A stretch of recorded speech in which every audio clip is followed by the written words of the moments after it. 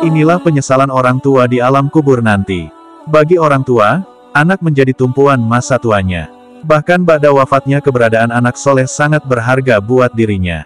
Sehingga mendidik anak, membina akhlaknya, membesarkan dalam ketakwaan dan kesolehan adalah kebutuhan dirinya sekaligus kewajiban dari Allah atasnya. Orang tua yang tidak mendidik anaknya menjadi anak soleh akan menyesal nantinya. Mengapa? Karena ketika anak tumbuh dewasa dengan kesolehan, orang tua akan memperoleh pahala dari amal solehnya tanpa dikurangi sedikit pun dari pahalanya. Maksudnya, amal-amal soleh yang dikerjakan anaknya maka orang tuanya mendapatkan pahala seperti yang didapatkan anaknya, jika orang tuanya memiliki andil menunjukkannya kepada kebaikan, membiayai pendidikannya, atau mendoakannya. Ini didasarkan kepada sabda Nabi Shallallahu Alaihi Wasallam. Siapa menyeru kepada petunjuk, ia mendapatkan pahalanya seperti pahala yang diperoleh orang yang mengikutinya tanpa dikurangi sedikit pun dari pahala mereka. Dan siapa yang menyeru kepada kesesatan, ia mendapatkan dosa seperti dosa yang didapatkan pengikutnya tanpa dikurangi sedikit pun dari dosa-dosa mereka. Hadis riwayat Muslim. Jika orang tua tidak pernah mengarahkan anaknya menjadi baik dan tidak mengajarkan persoalan agama kepadanya, maka orang tua tidak mendapatkan pahala atas amal-amal saleh anaknya. Karena ia tidak memiliki andil dalam kesolehan anaknya.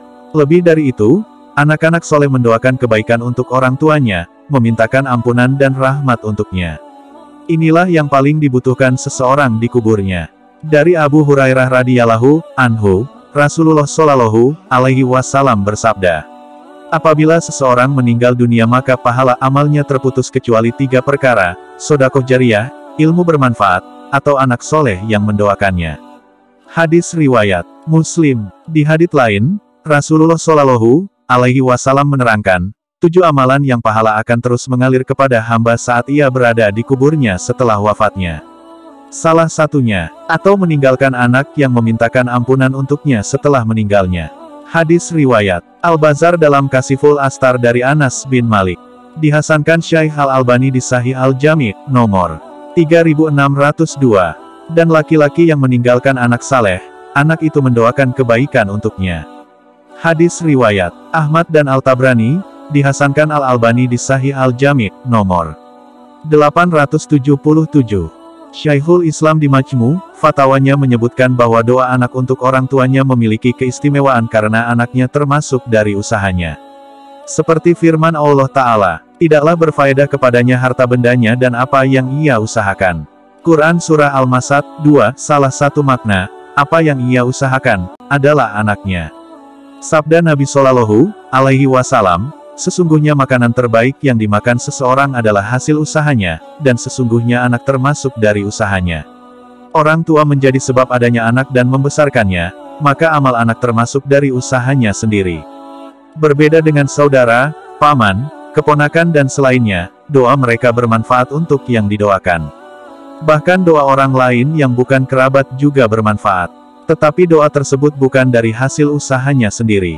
Berbeda dengan doa anak kandungnya yang telah dididiknya dengan baik. Doa anak soleh mendatangkan keberkahan untuk orang tuanya. Diriwayatkan dari hadits Abu Hurairah radhiyallahu anhu, ia berkata, Rasulullah Shallallahu Alaihi Wasallam bersabda, sesungguhnya Allah mengangkat derajat seorang hamba soleh di surga, lalu ia berkata, wahai Tuhanku, dari mana aku dapatkan semua ini? Kemudian Allah menjawab, dengan sebab istighfar anakmu untuk dirimu. Hadiah riwayat Ahmad. Imam Ibnu Katsir mengomentari hadits ini, sanadnya sahih.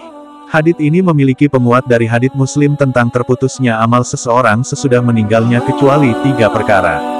Wallahu a'lam.